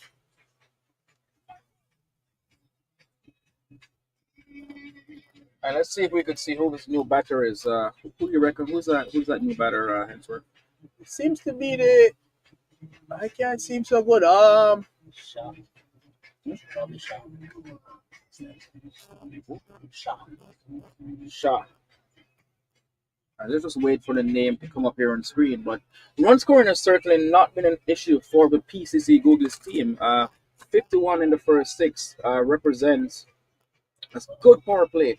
But I think they've lost one too many wickets, especially in the big final here. Rick and I will have to play a big knock here today. Yeah, definitely. Ricky Nair will definitely have to play a big knock today. Nothing that he's used to that. The caliber of Ricky Nair, we shouldn't have any issues at all. Four plays over, Omari's into the attack. The field can be spread now, so as long as they bowl to a plan, a run a ball and an occasional over with 10 in it, 10 per over. You get even a big over with 18 or 20 in it, and Googlies will be back in business. So once they occupy the crease and don't lose any more wickets, it's pretty interesting stuff to come. So the new batsman here is Shazib Shaikh. He has uh, a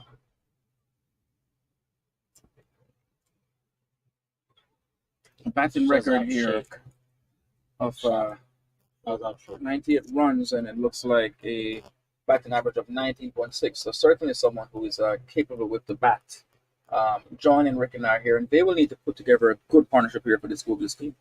Yes, I think so. They definitely have to settle the score here and settle and just bat right through, because most definitely losing another wicket at the moment will definitely create some unnecessary pressure. So the 15th of the PCC Googlies.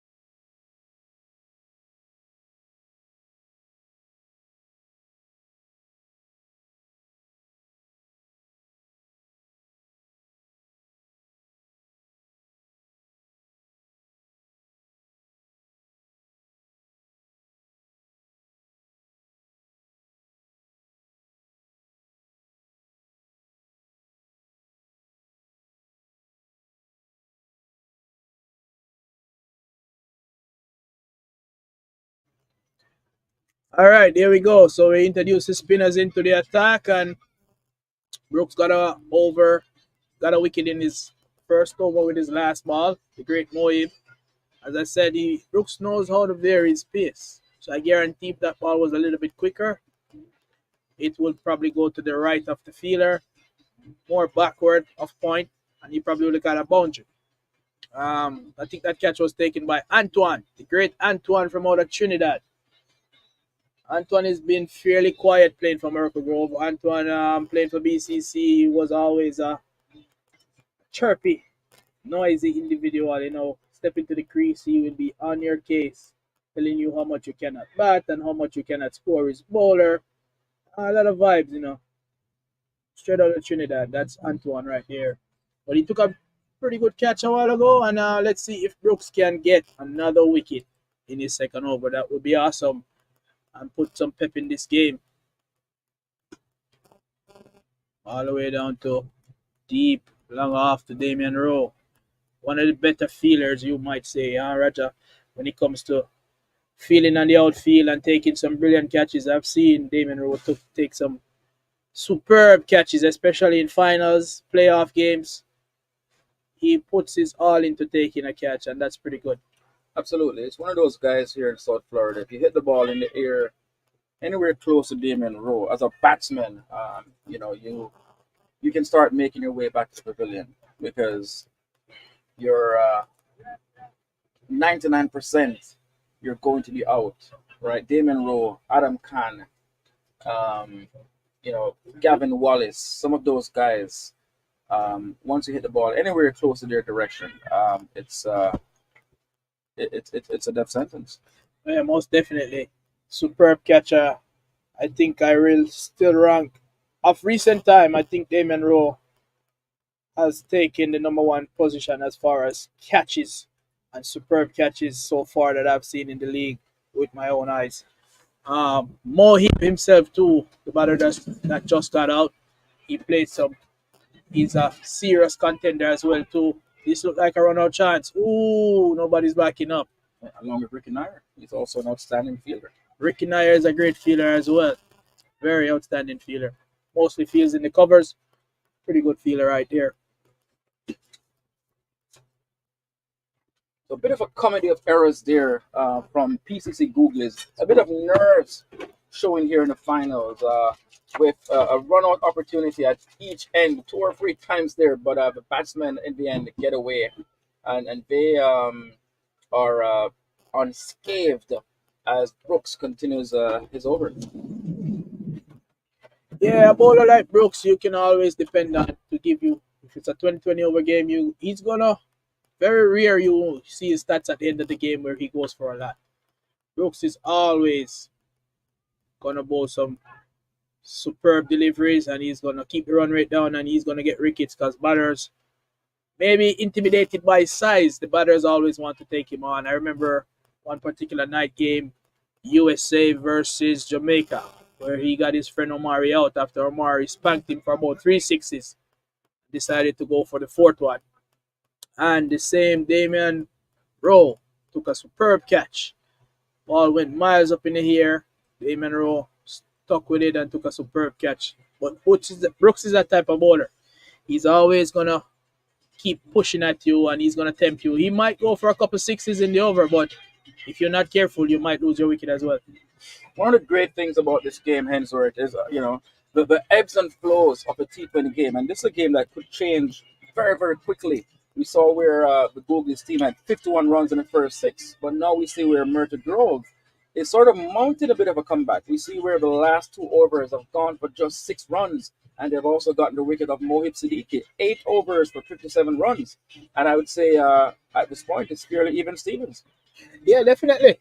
Even Stevens, the score is 57 for 3 off 8. So that's good going.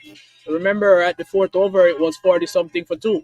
They were scoring at least a 10 over. See what I'm telling you? You have to bowl to Ricky Nair with a sweeper. You cannot give him any bad ball. He's going to definitely score. So that was a free ball. Half volley, wide outside the off stump. A bit of a nothing delivery here from Omari Williams. asking to be hit, and Ricky Nair took full advantage of that. Yeah, definitely. A bit of nothing delivery from Omari Williams. That was overpitched. Ricky Nair manipulated the field. All he had to do was lift it over cover. Once he lifted over cover, easy pickings, 4 runs. Yeah, There you really go just again. sort of brought Good comeback from Omari there, pulling back his length, getting the cover fielder involved. Yeah, Ricky just lifting that one, really bringing the bottom hand into play. And let's see what how if Omari can respond with a sort of good comeback in this over. So far, so good. 4 runs off three deliveries, so that's not a bad start there for Omari. Good comeback. Let's see what the rest of the deliveries look like. Oh yeah, that's not a bad delivery at all. Building up some pressure, building up some pressure, building up some pressure. So I guess it's safe to say, Roger, that the first ball was a loosener. Absolutely. Tossed up outside the off stump, missing his length there. But so far we've seen where Omari has really sort of pegged it back. Oh, that one was squeezed. The backward point, they get a single there. So Ricky Nair, he likes to cut, he likes to go through the cover. So anything outside the off stump, he's making sure he scores off of it. He squeezed that one right off of the top off. Backward point was in business. So far, 62 for 3, 8.5. Not a bad score. Not a bad score at all. 1 wicket now, and we're in business. Short ball. Oh, that was a poor delivery. That should have really been put away. A long hop in the middle of the pitch. And Shah went back, but just did not get a hold of it. You're not going to get many of these in the finals, and you really have to take advantage. Hensworth. Yeah, you have to take advantage, especially with the spinners coming into the attack and pegging back the scoring. But coming up, this is the 9th over coming up right now. So pretty soon it's gonna be 10 overs bowled and they take a break. So not bad compared to the score that they're chasing. They're chasing 146 or 147 to win. So it should be an interesting back end on the 10 overs that's left after this break.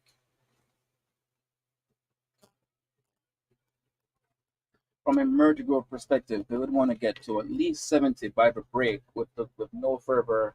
From a Googlies perspective, they would really want to get to about 70 by the break for no further loss. Myrtle Grove, the absolute dream ending to this first half would be if they can prize out just one more. And might I dare say, they would love to have that prize wicket of Ricky Nair. Yeah, that will make it very interesting going into the break with the great Ricky Nair back in the pavilion. Very interesting. Myrtle Grove seems to have been working to their plan. Hopefully it's not a little too late now. I think the spinners were probably going to be introduced a little bit earlier. But so far so good. Brooks is bowling really good. He hasn't conceded a boundary as yet, and that's good stuff. Basically, a run a ball, and he's in his 3rd over right now. Slightly overcast here at Miramar Regional Park. We're hoping for good weather for the rest of this game, and hopefully we can get a full game completed. But at this moment, the par score is 63. So Google is just a run behind. They would want to pay attention to the par score here because this could prove critical in this grand finale. Yeah, most definitely. Cooler heads might prevail though, and I'm pretty sure Ricky Nair is not going to. Lesman behind the wicket there doing some proper grovemanship there. Lesman, let's talk about Lesman, one of the better keepers in South Florida. Really good stuff. Always can depend on Lesman behind the wicket there. As a batter, you have to remain in your crease at all times when Lesman is keeping. Most definitely. Pretty sharp behind the stumps.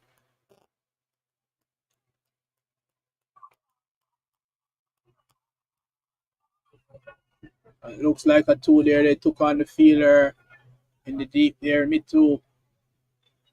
The cricket would run in between. Seems they say anytime the ball is hit to mid-2 down there on the boundary, that's a easy 2. back in the day, me too, and nowadays me too is a totally different me too.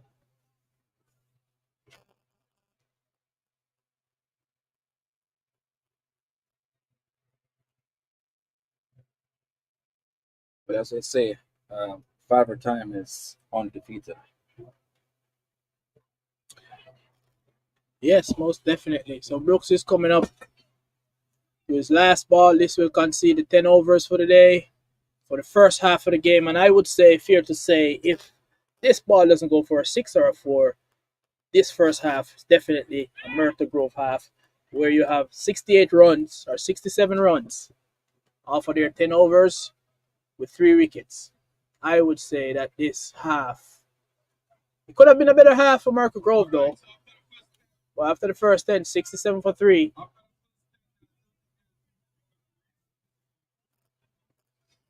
All right, even Stevens here, 67 for free. The par score is 67. And Murted Oh, Googlies. yeah, there. The bowler has one more in his over.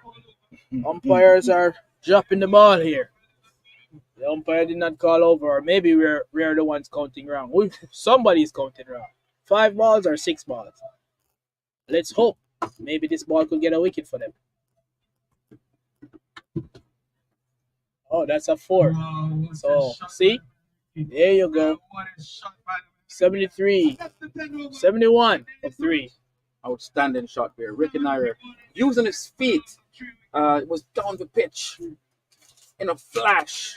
Getting to the pitch of that ball, leaning over that ball, and really, getting the bottom hand in play and sort of easing it over extra cover for 4 runs to end the 10th over, and it's now 71 for free, and Googlies have edged slightly ahead of the par score here. Yeah, should be an interesting 60 balls coming up. Most of them 60 balls, 73 runs.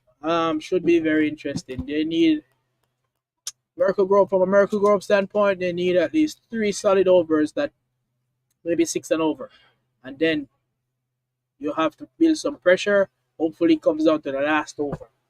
Let's say Roger about the last over, 6 balls, 20 runs, something like that. That should be pretty interesting. And then it depends on the batter that's at the crease too, if he can hold his nerves. I think that's a bit of a tough ask. I would certainly be backing the bowling team if the equation gets to 20 runs in the last 6. I would think from a Myrtle Grove standpoint that would be ideal, and certainly from a Googles standpoint they would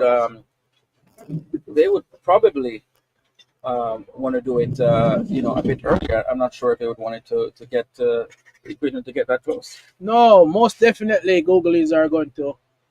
Knowing the type of person Ricky is, he's probably over there coming up with this strategy right now, how to approach the next 10 overs. And the ideal thing to do would be for the first 2 overs or 3 overs after this break here, you try to get as much as possible out of it, and then you can basically cruise with the 7 overs on their belt or 6 overs on their belt. So you try to get the pressure relieved off of you as soon as this game starts back. All right, we will resume in about 5 minutes. We'll be taking a break here, and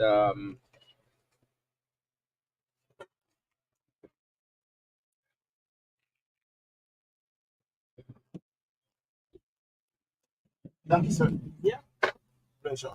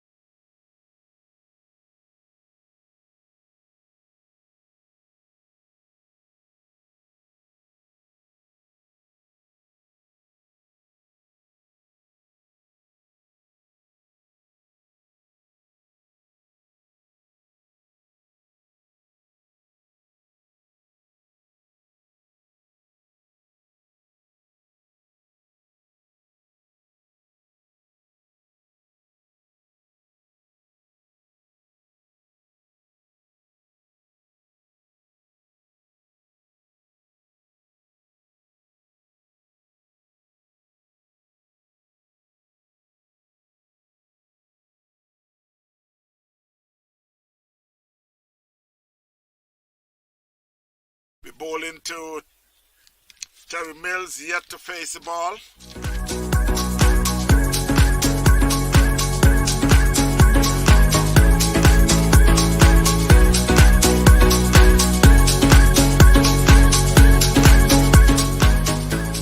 That one was hit hard and high. It's going all the way for a massive 6 there by Terry Mills. That was the last over.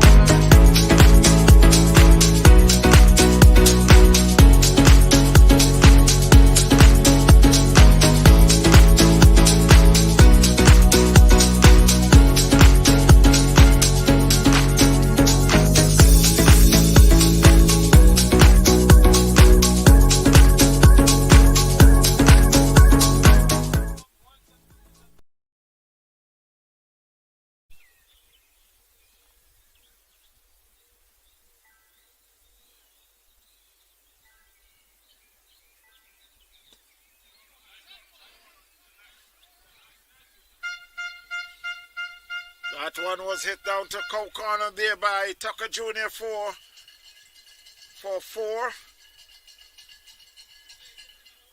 Score moves on to 65-2.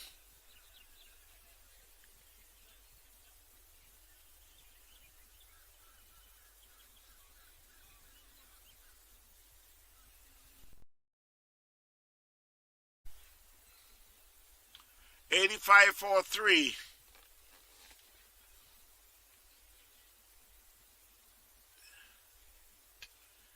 That one was it square of the wicket. It could run away to the fence. It got Prianta is chasing and it beats him in the fence for 4.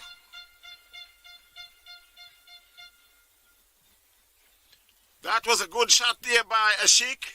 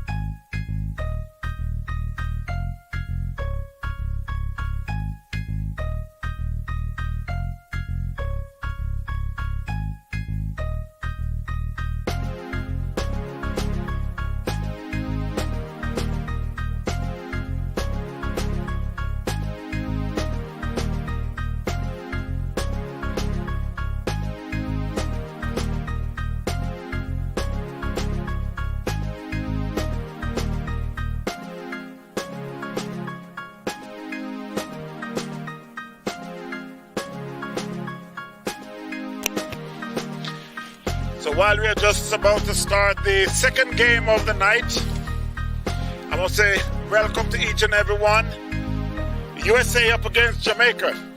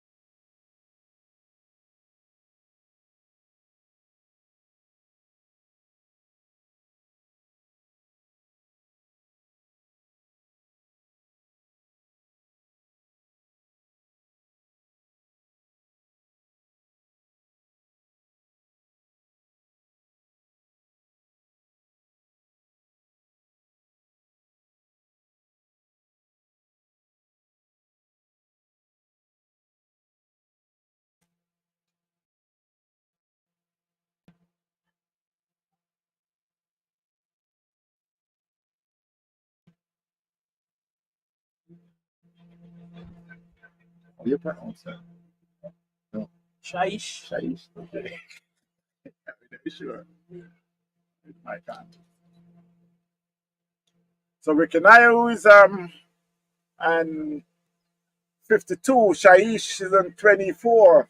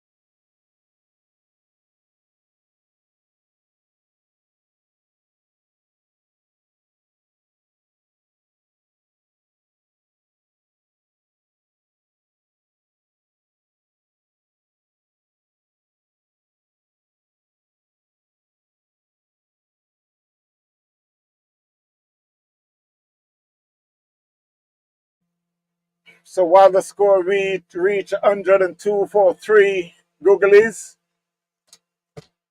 needed another 42 more runs from 6.2 overs.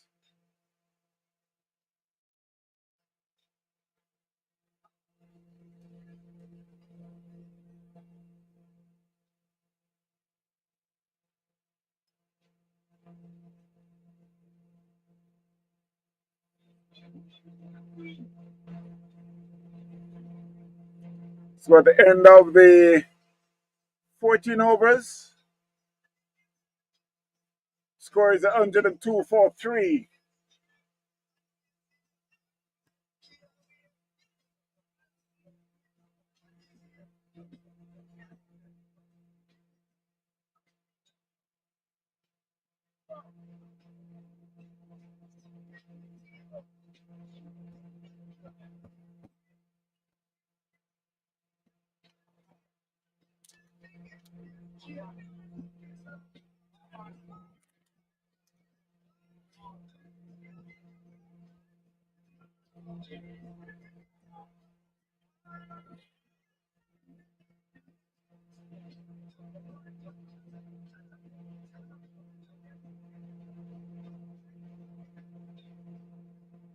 So it will be Dean Morgan to continue.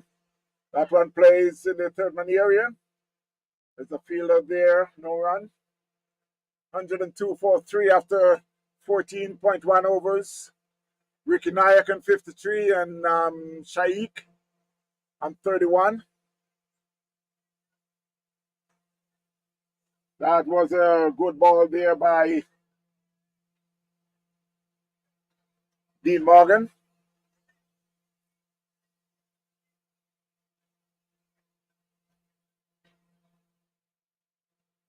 Ricky Nayak, 53 from 49 with 5 fours and 1 6.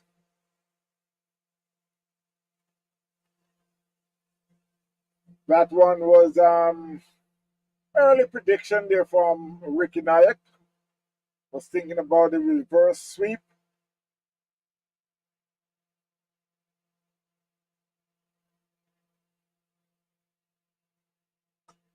That one was hit down to long off. There's a fielder there who is Thompson. Should be just a single. Score moves to 103 for 3.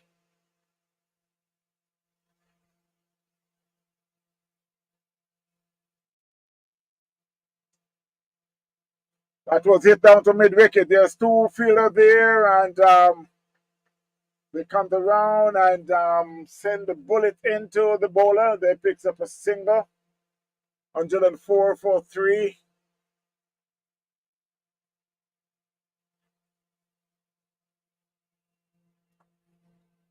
That was played in the covers. There's a man coming off the boundary, which is Hedrick. And that's the end of the 15th over. The score is 105 for 3. Googlies still need another 39 more runs from 5 overs.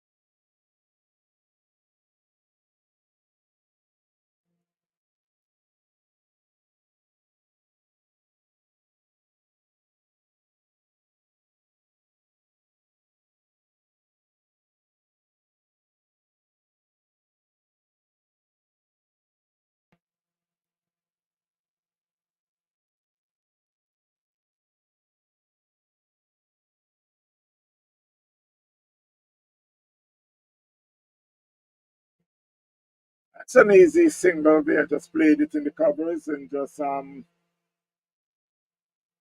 make an early decision with both batsmen.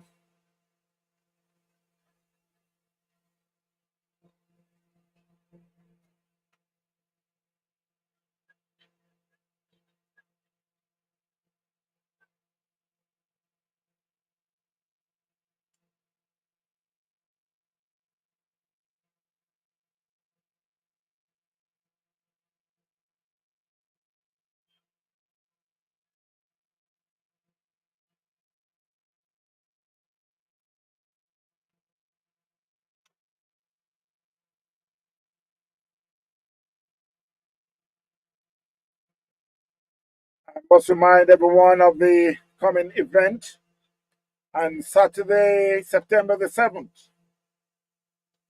Starting time is 10 a.m. And you must ask what will be taking place.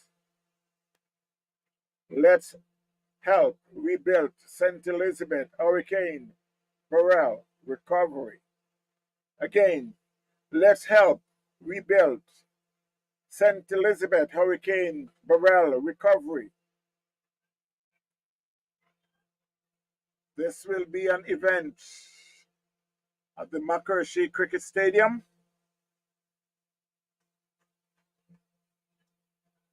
Trini Ross will be there. Unique Sound will be there. Terry Lennon will be there.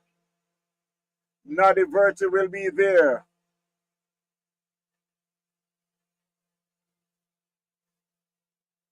Sweet Shells will be there.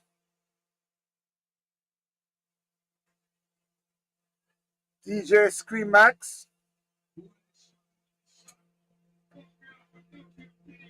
You gotta help come out and support my friends. Should I say please? Yes. Come out and help. Give whatever you can. It will be a full day of help in live cricket, live domino tournament.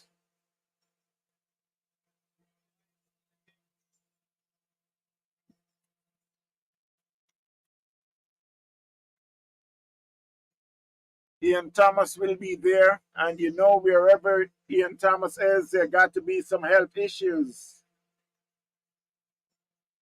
He will be there doing whatever is possible to help as much as possible. So we need each and every one to come out and support. This will be on September the 7th. It's going to be a Saturday, 2024. Starting time is 10 a.m. This will be at Makershi Cricket Stadium. 15621 US Highway 1, US 441 in Delray Beach, Florida. I'm asking each and every one, tell your friends, your family, everyone to come on out and support. Let's help rebuild St. Elizabeth Hurricane Beryl recovery. Again, this will be on Saturday, September the 7th, 2024. I must thank Mr. Roger Tracy, Mr. Shalish, Mr. Vasu, Mr. I have to take a break, and that's a massive 6. That is a massive 6. Both batsmen now is in their 50s.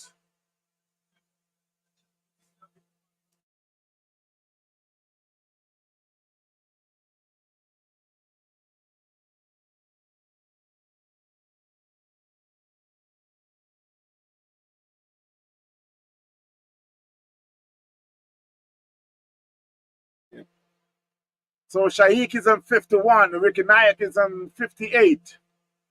Score is 127-43. Googlies chasing 143 made by Myrtle Grove. It's now 17 more runs with 3.3 overs with 7 wickets in hand.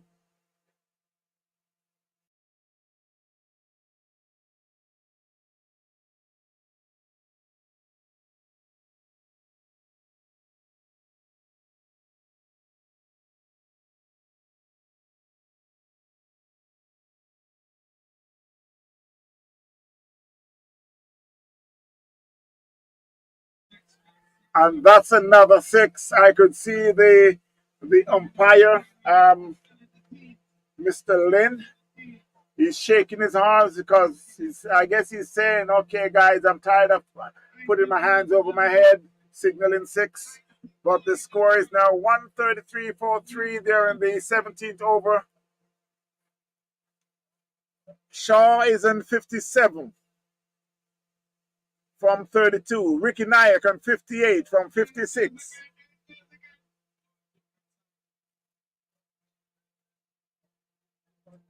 So you can see Myrtle Grove players now on their heels.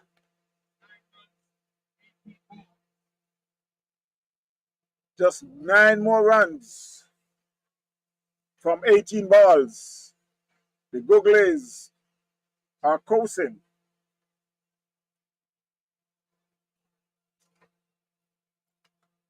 Eating in our garbage. That can't see. Yeah? No, Wallace.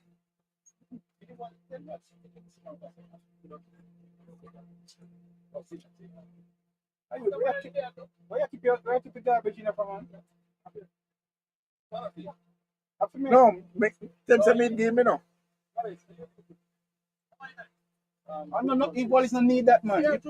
Are you mid-game? No, man. No, couldn't tell me earlier. And while the mic is on, that's what we do sometimes. We just do some free talking back here, and we got the umpire, Mr. Mighty, who is sitting here and decide that he will not say one thing out his mouth, but it's okay. I must thank Mr. Wallace earlier to do some commentary. Again, Mr. Roger Tracy, Shalik was here, Basu was here, and Googlies are coasting home. They got 4 more runs from 16 balls. Oh, yeah. You know where you touch? Eh? Okay, no, this mic.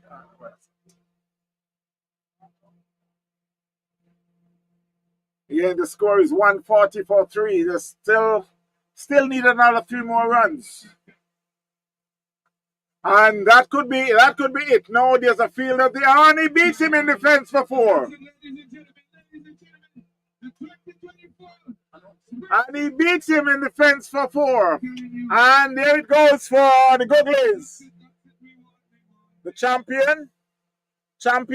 This is not Bravo, so I'm not gonna sing, but Googlies are now just overtake the score of Myrtle Grove. They're now 144 for 3, and it's a very good win there for Myrtle Grove.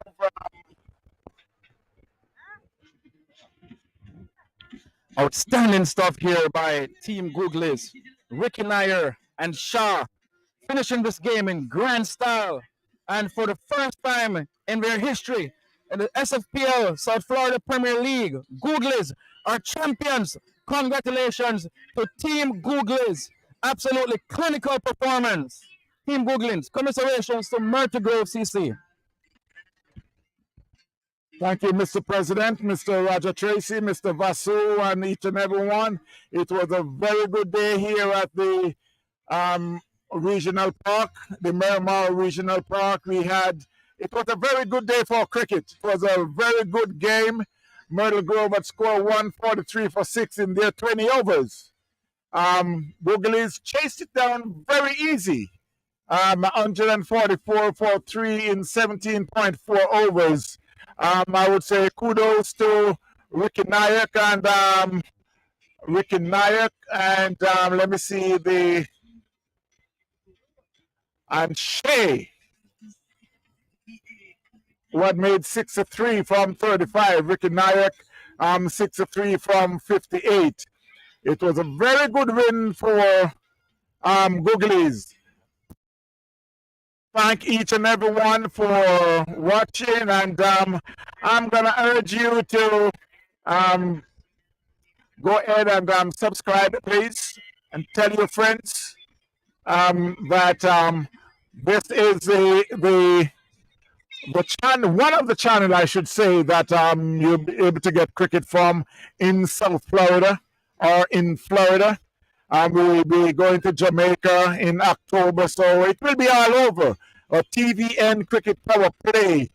Tell a friend that the cricket is always live and kicking here by TVN Cricket Power Play. I urge you again to subscribe. So whenever the games are posted, you will be able to be notified by the game that is posted and will be going on during that day. Again, I must say thanks to each and every one for logging on. Until then, my friends, again, this is it's coming to you from South Florida Premier Cricket League, and we're here at the Miramar, the beautiful Miramar Cricket Ground. You take care, my friends. We love you. God bless. Like, comment, and share.